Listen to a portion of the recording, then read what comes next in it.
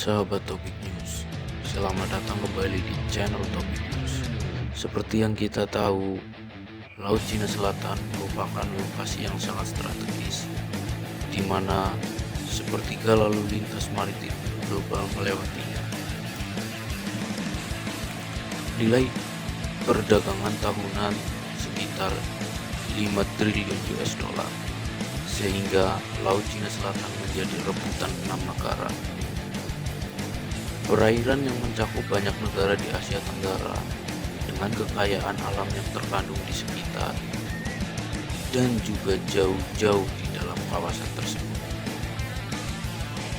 Laut Cina Selatan menyimpan potensi perikanan yang menggiurkan, cadangan minyak, cadangan gas yang diperkirakan oleh pejabat Amerika Serikat setidaknya setara dengan cadangan emas atau cadangan minyak di Meksiko.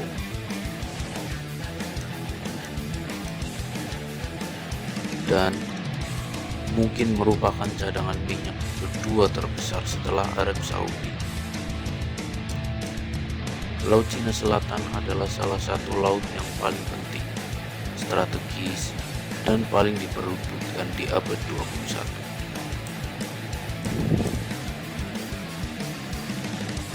Bagian utara laut ini mencapai pesisir Cina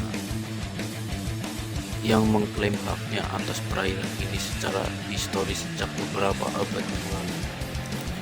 Kini, Beijing mengklaim lebih dari 95% Laut Cina Selatan dan mengendalikan kawasan tersebut sebagai pemasok 85% impor minyak mentah Cina. Cina juga mengklaim pulau-pulau kecil di Laut Cina Selatan dan telah membangun sekitar 1.300 hektar lahan untuk menopang sebagian besar infrastruktur militer, termasuk landasan pacu yang cukup panjang untuk bisa menampung pesawat bom.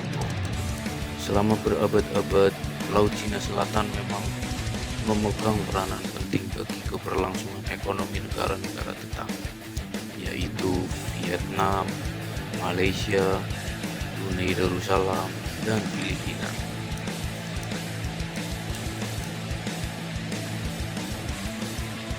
Negara-negara yang tidak mengklaim kawasan tersebut juga mempunyai kepentingan tersendiri.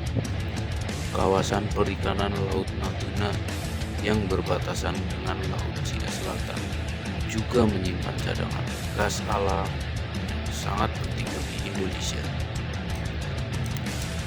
Lebih jauh lagi, di kawasan Laut Cina Timur terdapat Korea Selatan dan Jepang. Walaupun tidak mengklaim kepemilikan atas Laut Cina Selatan, mengandalkan kawasan bebas tersebut untuk memenuhi lebih dari separuh kebutuhan energi mereka. AS atau Amerika Serikat yang melindungi kepentingannya dan kepentingan para sekutu-sekutunya mempertahankan kehadiran militernya di kawasan tersebut. Pejabat Angkatan Laut Amerika Serikat berencana meningkatkan jumlah armada Pasifik yang bertugas di luar negeri hingga sekitar 30% pada tahun 2021. Sementara itu, ekonomi Asia terus bertumbuh dengan mencengangkan. Dalam 2 dekade terakhir, stabilitas regional dan akses Laut Cina Selatan menjadi kepentingan global. Bentrok antara patroli Laut Cina Selatan dan armada penangkap ikan negara-negara tetangga berisiko menimbulkan konflik internasional. Banyak negara-negara barat yang mendesak Beijing untuk memenuhi konversi PBB tentang hukum laut atau UNCLOS yang mengatur zona kontrol maritim berdasarkan garis pantai. Tapi Cina memandang peraturan pengelolaan maritim yang didukung oleh PBB bertentangan dengan hukum dalam negeri. Bahkan Cina menganggap peraturan tersebut sebagai alat yaitu para yang dirancang untuk memperlemah pengaruh Cina sebagai kekuatan dunia yang semakin luas.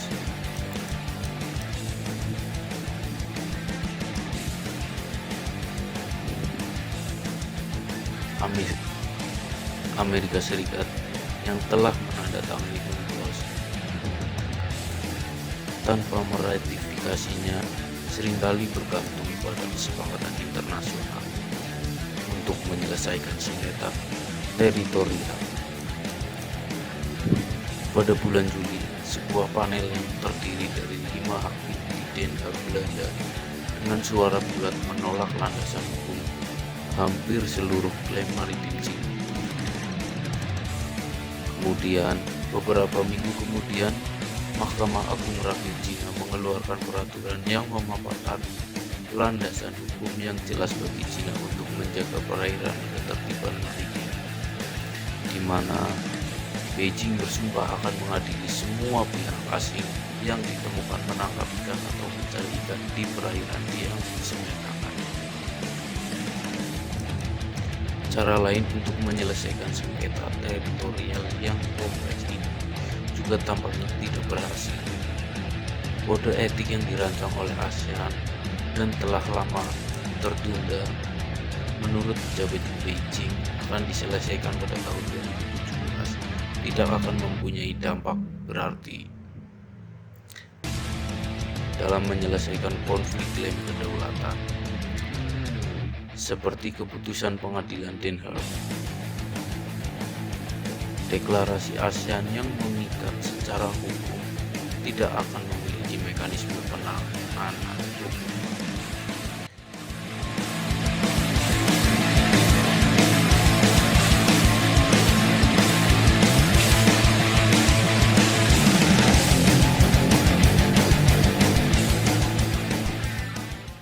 Jadi, bagaimana menurut kalian?